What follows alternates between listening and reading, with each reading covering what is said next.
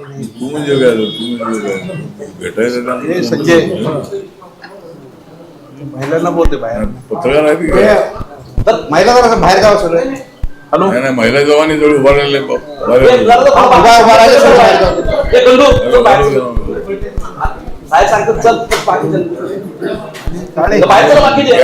वीरेन तू इकडं बस की इकडं बस ना असं पुढे घ्या सगळे पुढे सगळे माहिती पुढे जीचा घ्या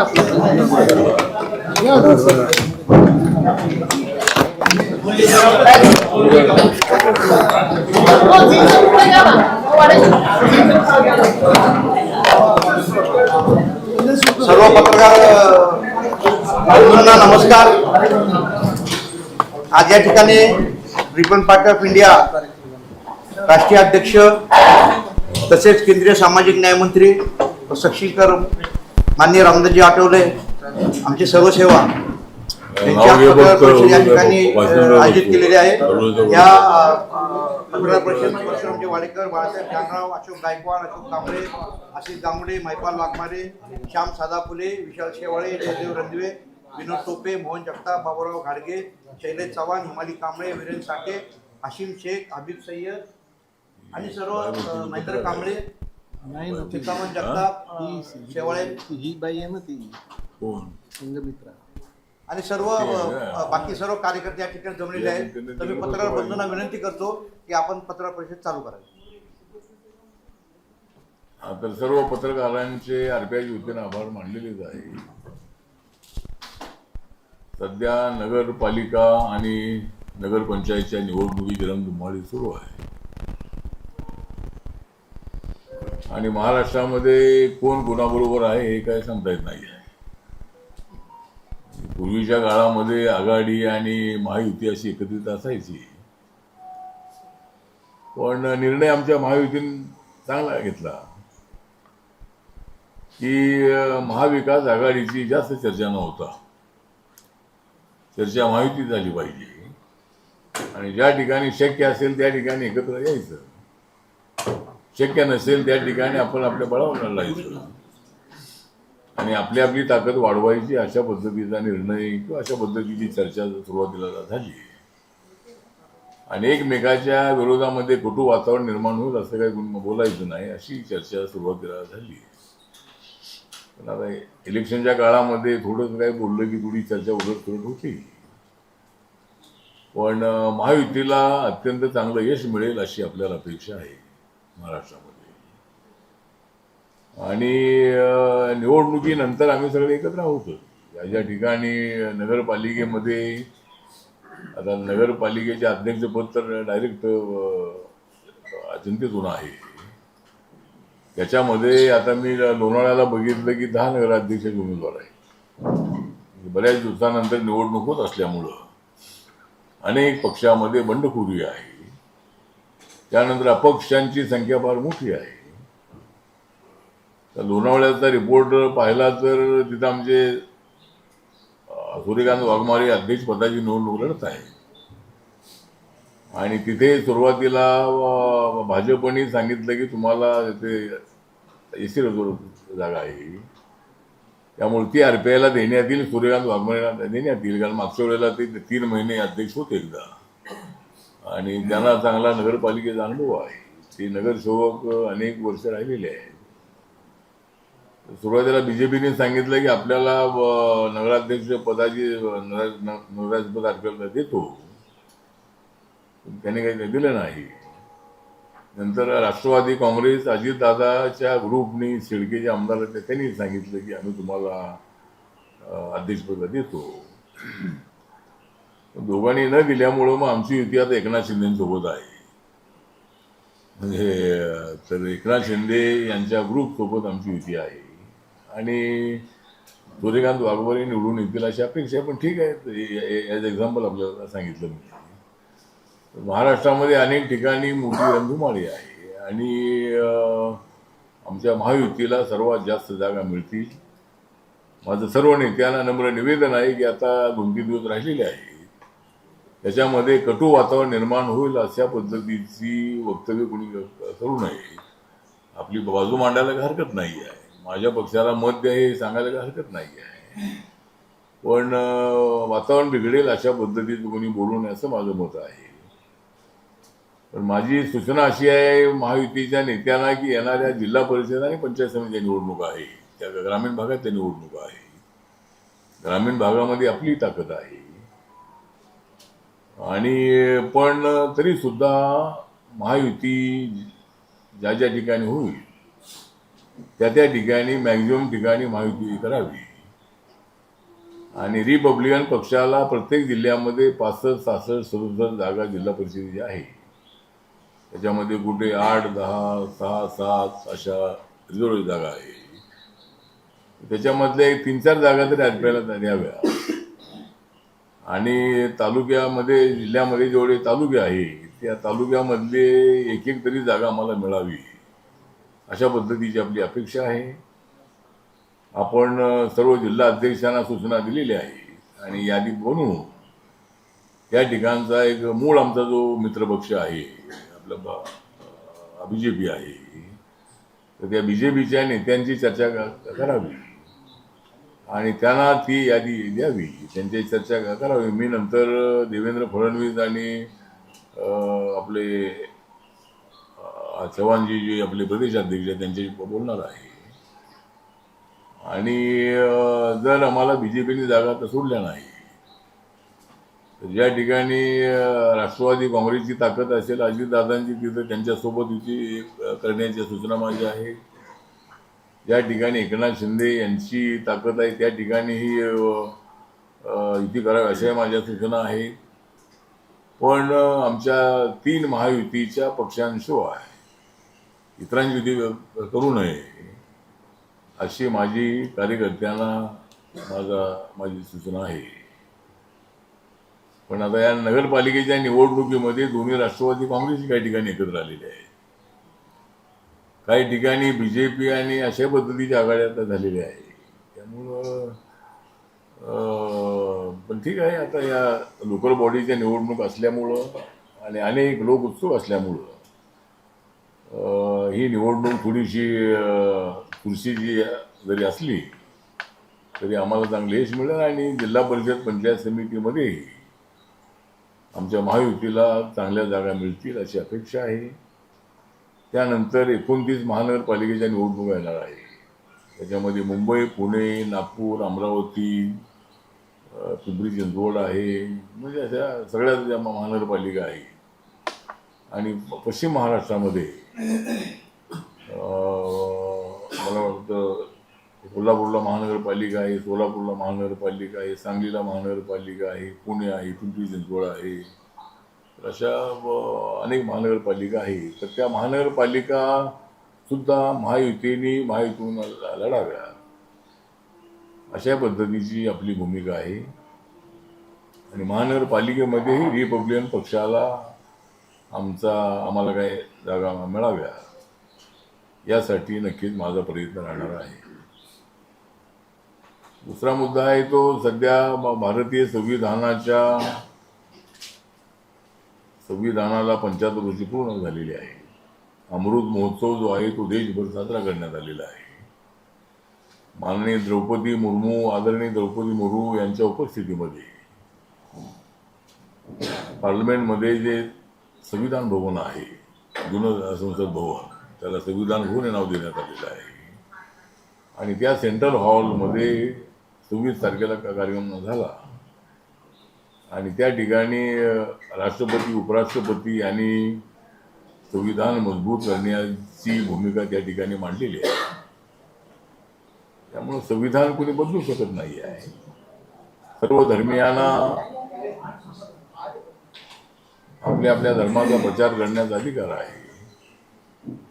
आणि मी एवढं सांगतो की नरेंद्र मोदींच्या संबंधामध्ये आरोप प्रत्यारोप होतो की एकाच धर्माच्या लोकांना, हिंदू धर्माच्या लोकांना जास्त पाठिंबा देत आहे.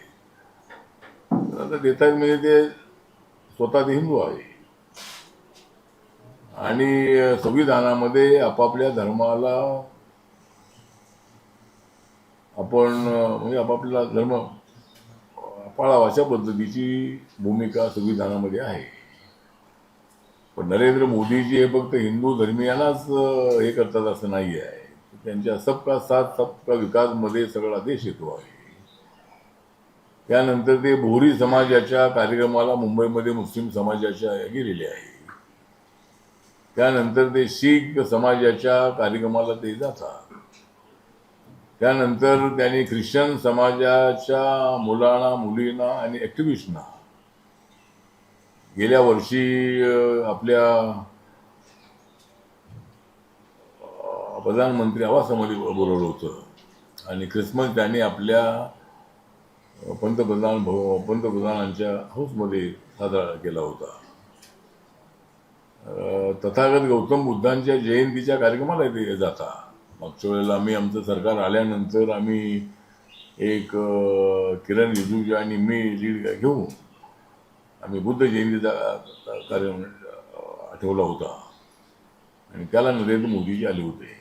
त्यामुळे दुसऱ्या धर्माच्या कुठल्याच कार्यक्रमाला ते जात नाही असा आरोप करणं अत्यंत अयोग्य आहे. आणि म्हणून माझं मत असं आहे की अशा पद्धतीचे आरोप प्रत्यारोप किती हे केले तरी आमची एनडीए देशामध्ये अत्यंत स्ट्रॉंग आहे.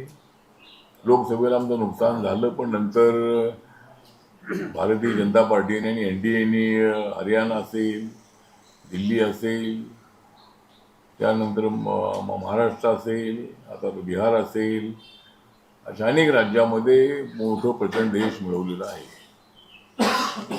आणि आता बंगालमध्ये लवकरच इलेक्शन येणार आहे आणि ज्या ज्या ठिकाणी निवडणूक येईल त्या ठिकाणी आम्हाला मोठं यश मिळेल अशी अपेक्षा आहे.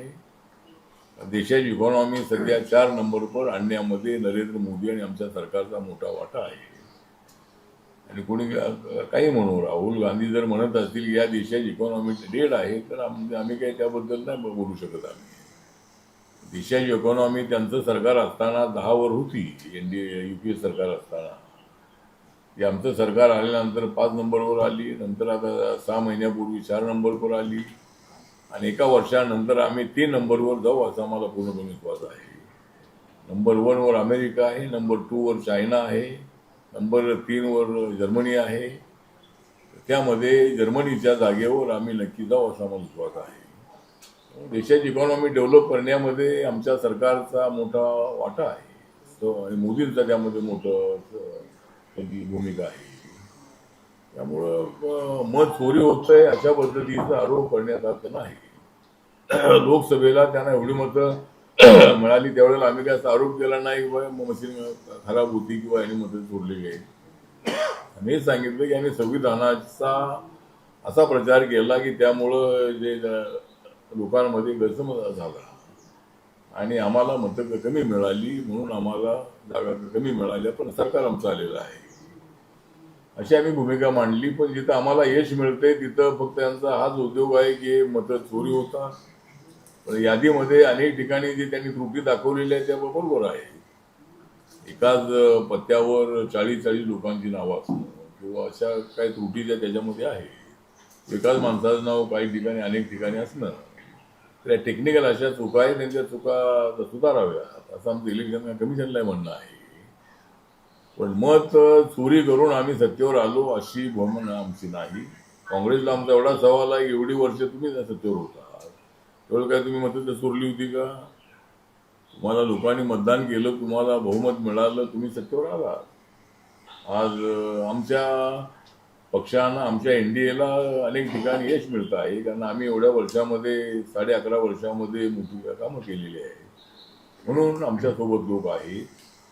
आणि महाराष्ट्रामध्ये लाडक्या बहिणींचा आम्हाला फार मोठा फायदा झाला.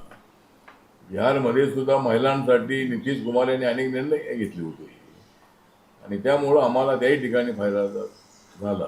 आणि तिथं एनडीएचं जे श्रेष्ठत्व आहे ते लोकांच्या समोर आलेलं आहे.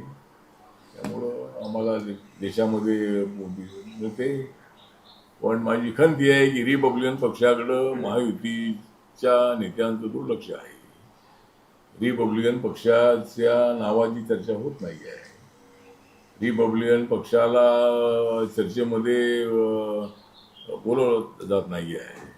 त्याचा विचार इंडियाच्या नेत्यांनी करावा, माननीय मुख्यमंत्र्यांनी करावा. इलेक्शनच्या अगोदर RPIशी चर्चा केली पाहिजे. माझ्या करू नका, आमची स्टेट कमिटी आहे, अनेक ठिकाणी आहे, तर थोडंसं आम्हाला त्या ठिकाणी आमची बाजू मांडण्याची संधी मिळाली पाहिजे किंवा आम्हाला निवडणुकीमध्ये जागा मिळाव्यात अशी आमची अपेक्षा आहे. आणि पुण्यामध्ये महानगरपालिकेमध्ये आम्ही 20 जागांची यादी केलेली आहे आणि 20 जागांची यादी मला वाटतं चंद्रकांतदादा पाटील आणि आपले मुरलीधर मोहोळ यांच्याकडे दिलेली आहे. त्यामुळं त्याच्यामध्ये आम्हाला एक 14-15 तरी जागा मिळाव्यात अशी आमची अपेक्षा आहे. मुंबईमध्ये सुद्धा आमची महायुती म्हणून मुंबईला मात्र सगळे पक्ष एकत्र राहणार आहे आणि ठाकरे बंधूंचं मुंबईमध्ये सुद्धा चालणार नाही आहे. ठाकरे बंधूंना मुंबईमध्ये सुद्धा मोठा चर्चा देण्याची मोठी जबाबदारी आमच्यावर आहे. आणि जरी ते दोघे एकत्र आले असले तरी मला वाटतं की उद्धव ठाकरे यांनी चूक केलेली आहे. राज ठाकरेंना सोबत घेऊन बाळासाहेबांचा ऑल इंडियाचा जो अजेंडा होता, उत्तर भारतीय आघाडी, गुजराती आघाडी, साऊथ इंडियाची आघाडी, मुस्लिम मायनॉरिटीची आघाडी, अनेक आघाड्या बाळासाहेबांनी बनवल्या होत्या. त्याच्यावर फार मोठा निगेटिव्ह इफेक्ट झालेला आहे. मराठी मतांचा काही ठिकाणी थोडा फायदा होऊ शकतो, पण सगळीच मराठी मतं 40% त्यांना मिळतील अशा भ्रमात त्यांनी राहू नये. त्याच्यामधली 17-18 एक अर्धी मतं सुद्धा त्यांना मिळणार नाही. त्यामध्ये आमच्या महायुतीलाही मतं मिळतील आणि काँग्रेसलाही मतं मिळतील. त्यामुळं सगळीच मतं त्यांना मिळतील असं अजिबात नाही, पण जिथं जास्त मतं मराठी आहेत तिथं काही ठिकाणी त्यांच्या जागा निवडून येऊ शकतात. पण ठाकरे बंधूंना मोठं यश अजिबात मिळणार नाही असं माझं मत आहे. आणि अनेक ज्या महानगरपालिका आहे त्या ठिकाणी महायुती सत्तेवर येईल अशी अपेक्षा आहे. मुंबईत किती जागा म्हणतात?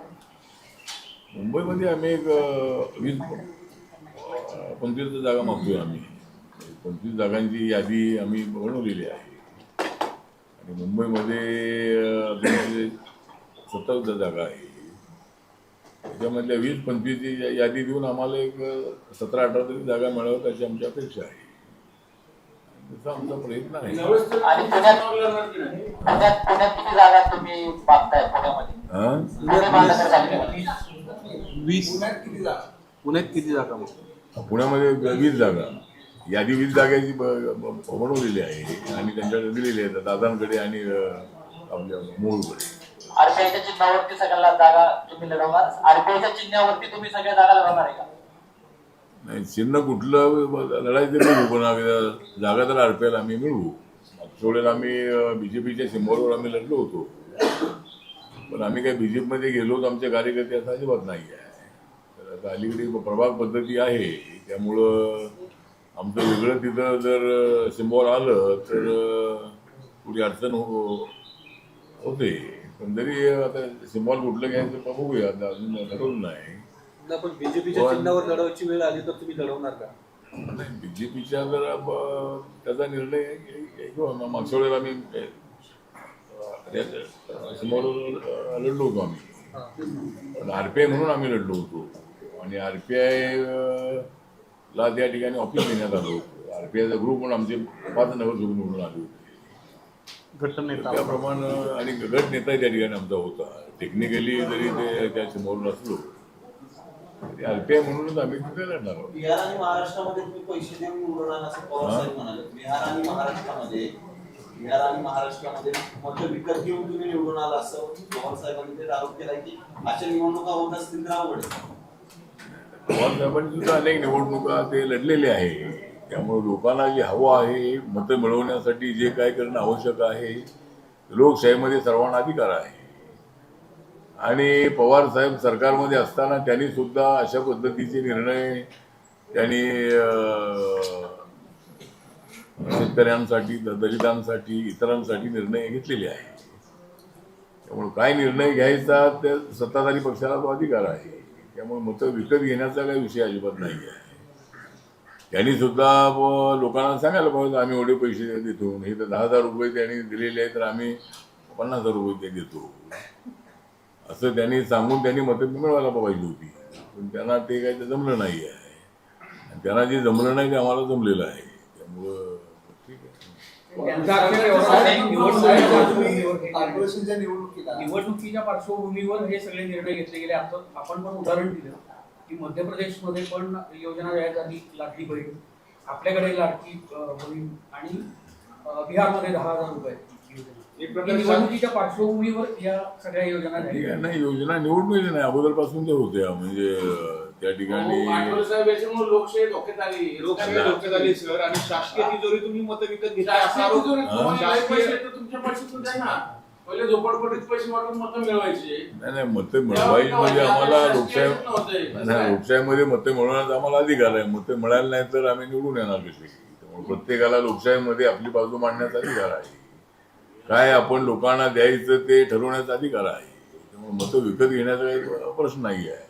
त्यांचा कर्नाटकमध्ये सरकार आहे, त्यांचं तेलंगणामध्ये सरकार आहे, त्यांचं हिमाचलमध्ये सरकार आहे काँग्रेसचं, तिकडे ममता बॅनर्जींचं वेस्ट बेंगॉलमध्ये सरकार आहे. त्यांनी लोकांना हे सांगावं. आता वेस्ट बेंगॉल सुद्धा आम्ही जिंकल्याशिवाय राहणार नाही. वेस्ट बेंगॉलमध्ये सुद्धा डॉक्टरांवरचे अत्याचार, गुंडगिरी, लॉ अँड ऑर्डर अत्यंत खराब आहे. त्यामुळं जनता त्या ठिकाणी आता ममताला थोडीशी त्यांच्या विरोधामध्ये जाण्याची शक्यता आहे. आणि त्यामुळं आपण म्हणताय त्याप्रमाणे मतं कशी मिळवायची त्याचं टेक्निक आम्हाला सापडलेलं आहे. त्यामुळं आम्ही आता शिवराज सिंग चौहान जे आहे ते 4 वेळेला मुख्यमंत्री होते, आणि ती योजना त्यांची अगोदरपासूनची आहे. लाडली बहिणा योजना ही त्यांनी सुरू केलेली होती. अशा योजना आणि गोरगरिबांना मदत करू नये का? एका महिन्याला 1,500 रुपये किंवा 2,000 रुपये, तर गोरगरिबांना तेवढ्या पैशाची मोठी आवश्यकता आहे, आणि आपण मागणी करतो की त्यांना काहीतरी मिळालं पाहिजे म्हणून. त्यामुळं ठीक आहे. तर त्यामध्ये कुणी आरोप जरी केले तरी आम्ही निर्णय मतं कशी मिळवायची यासाठी आम्ही निर्णय घेतलेले आहे. त्यांनी निर्णय असे घ्यावे, त्यांनी आमच्यापेक्षा जास्त पैसे द्यावे. तुम्ही आहात ना, हा शासनाचा पैसा वाटून तुम्ही घेतलं. नाही, ठीक आहे ना. शासनाचे पैसे म्हणजे आमचेच पैसे आहेत, ते आम्ही त्या शासनामध्ये ठेवलेले आहेत पैसे. कोकणामध्ये आता शासनाचे पैसे लोकांचेच पैसे आहेत, आणि शासनाचे पैसे लोकांचे पैसे शासनात असतात, आणि शासन अनेक योजना राबवत असतं. लोकांच्या पैशातूनच ते त्या योजना राबवत मला असतात. सांगा, हे नैतिकदृष्ट्या योग्य आहे का? हा नैतिकदृष्ट्या योग्य आहे का? योग्य आहे का? म्हणजे योग्य आहे म्हणून आम्ही निवडून आलो. पुण्यातल्या मुंडवा आता आम्हाला पुढे ऐका ना, जायचं. पुण्यातल्या मुंडवा जमिनीचा वाद सुरू होता. त्याच्यावरनं पार्थ पवारांवरती देखील आरोप झाले की जमीन मूळ महार वतनदार यामध्ये होते. त्यांची आता मागणी की ती जमीन आम्हाला परत मिळावी अशा पद्धतीची ती मागणी करतायत, आणि त्याच्यामध्ये पार्थ पवारांचं पण नाव पुढे आलेलं आहे. मला वाटतं का तर ते प्रकरण बरंच गाजलेलं आहे, आणि मुंडव्यामध्ये महार वतनाची जमीन जी आहे ती जमीन अमेडिया कंपनीने घेतली. त्या अमेडिया कंपनीचे प्रमुख पार्थ पवार आहेत अशी माहिती आहे. पण आता पोलिसांच्या एन्क्वायरीमध्ये त्यामध्ये पार्थ पवारांना काही माहिती नव्हती. त्यांना कुणीतरी सांगितल्याने अशी जमीन मिळणार आहे. त्यामुळे काही उद्योग करण्यासाठी, डेव्हलप करण्यासाठी जमीन घेऊन काहीतरी डेव्हलप करण्याच्या संबंधातला एखाद्या कंपनीचा निर्णय असेल तर तो काय अयोग्य असं नाही. पण महार वतनाची जमीन खरेदी करून असा प्रोजेक्ट राबवणं अत्यंत अयोग्य आहे. महार वतनाची जमीन कुणाला विकत घेता येत नाही, आणि विकत घ्यायची असेल तर मंत्रालयाची परवानगी आणून ती घ्यावी लागते. त्याला स्थानिक लोकांचा पाठिंबा हवा असतो, आणि जर स्थानिक लोकांचा फायदा त्यामध्ये असेल, तर जमीन एखादी महार वतनाची पडलेली आहे याची शेती जी आहे त्या शेतीमधून काही त्यांना मिळत नाही आहे. त्यामुळे जर अशी जमीन विकून त्यांना त्याचा 100 पट फायदा जास्त होत असेल तर त्यांच्या लोकांच्या मागणीप्रमाणे शासनाला परवानगी देण्याचा अधिकार आहे. मग शासनाची परवानगी मिळाल्यानंतर त्या लोकांचा किती फायदा होतो त्यांना फसवून नव्हे. तर जर 1800 कोटीची त्याची किंमत असेल आणि ती 300 कोटीला घेण्याचा प्रयत्न झाला असेल तर त्या घ्यायची असेल तर 1800 कोटीला घेतली पाहिजे. घ्यायची असेल तर ती शासनाची परवानगी घेऊन घेतली पाहिजे, आणि लोकांचं समाधान होईल अशा पद्धतीनं त्यांच्याशी डायलॉग असला पाहिजे. त्यांना फसवून कोणाला तरी अशा पद्धतीनं जमीन खरेदी करणं अत्यंत अयोग्य आहे. म्हणून मुख्यमंत्र्यांकडे माझी मागणी अशी आहे की महारवतनाच्या जमिनी अनेक जिल्ह्यामध्ये आपल्या अनेक गावागावामध्ये सुवर्णाने बळकावलेली आहे. त्याचा एक आढावा घेण्यासाठी एखादी एक्सपर्ट समिती नेमावी आणि त्या समितीने एका 6 महिन्यामध्ये अहवाल द्यावा आणि कोणत्या गावामधली जमीन अशा पद्धतीने खरेदी विक्री केलेली आहे तर ती जमीन त्यांना परत देण्याच्या संबंधातला एखादा निर्णय घ्यायला हरकत नाही आहे. गावातला जो महार समाज आहे, दलित समाज आहे, बौद्ध समाज आहे तर त्यांना त्याचा फायदा होऊ शकेल. त्यामुळे किती जमीन महाराष्ट्रातली अशा पद्धतीनं विकत घेतलेली इतरांनी अनेक साखर कारखाने सुद्धा आमच्या जमीन उभे राहिलेले आहे. आमचे लोक मुंबईला पुण्याला आले आणि गावामध्ये काही जमिनीमध्ये काही पीक होत नव्हतं. मुंबईला पुण्याला येऊन काहीतरी झोपडपट्टीत राहून त्यांनी आपला रोजगार केला आणि त्यांनी आपल्या मुलाबाळांना सांभाळलं. जमीन अशी ती पकडून होती तर ती जमीन अनेकांनी अशी बळकावलेली आहे. त्यामुळं किती अशी जमीन होती त्यानंतर ती किती बळकावलेली आहे याची माहिती शासनाने देण्यासाठी मला वाटतं एखादी समिती नेमावी अशी आपली मागणी आहे आणि मुख्यमंत्र्यांना मी त्याचं पत्र लिहिणार आहे. आणि या संबंधामध्ये पुण्यामध्ये जो काही प्रकार घडलेला आहे असा प्रकार पुन्हा होऊ नये आणि दलितांची फसवणूक होऊ नये असं माझं मत आहे. तर आता एकच प्रश्न घ्या. एकच प्रश्न जमीन बळकावण्याचा प्रयत्न केलाय. अजित पवारांचे पुत्र पार्थ पवार यांनी जमीन बळकावली शासनाची खरेदी जप्त केलं त्यांच्यावर गुन्हा दाखल होत नाहीये. मी मागणी करणार नाही बळकावली म्हणजे अजून बळकावली नव्हती अजून तो चर्चा सुरू होती. नाही खरेदी झाली होती म्हणजे आता ती ज्या अधिकाऱ्यांनी अशी खरेदी केली ती खरेदी चूक होती. महारवतनाच्या जमिनीची अशी खरेदी होत नाही आहे. तर महारवतनाच्या जमीन मी सांगितलं त्या पद्धतीने त्याची खरेदी होती. त्यामुळं ती खरेदी न होताच अधिकाऱ्यांनी त्या ठिकाणी गडबड केलेली आहे. ज्यांनी गडबड केलेली आहे त्यांच्यावर कारवाई होणं अत्यंत आवश्यक आहे. पार्थ पवार तसा साधा भोळा तरुण आहे त्याला कदाचित याची माहिती नसावी. त्यामुळे ठीक आहे तर त्याची पूर्ण चौकशी चालू आहे आणि कुणाला पाठीशी घालणार नाही असं मुख्यमंत्र्यांनी सांगितलं आहे. महायुतीमध्ये दंगा चालू आहे त्यावरती काही कविता करताय का? महायुतीमध्ये जो दंगा चालू आहे महायुतीमध्ये दंगा सुरू आहे निवडणुकीमध्ये महायुतीमध्ये जो दंगा सुरू आहे त्यावर काही कविता कराल का? कारण काही तिन्ही नेते एकमेकांमध्ये भांडणं करतायत त्यांना एक सांगाल का काही कवितेच्या माध्यमातून? म्हणजे या नगरपालिकांच्या निवडणुकीमध्ये विरोधी पक्ष होणार आहे नंगा. या नगरपालिकेच्या निवडणुकीमध्ये विरोधी पक्ष होणार आहे नंगा म्हणूनच महायुतीचा चालू आहे दंगा.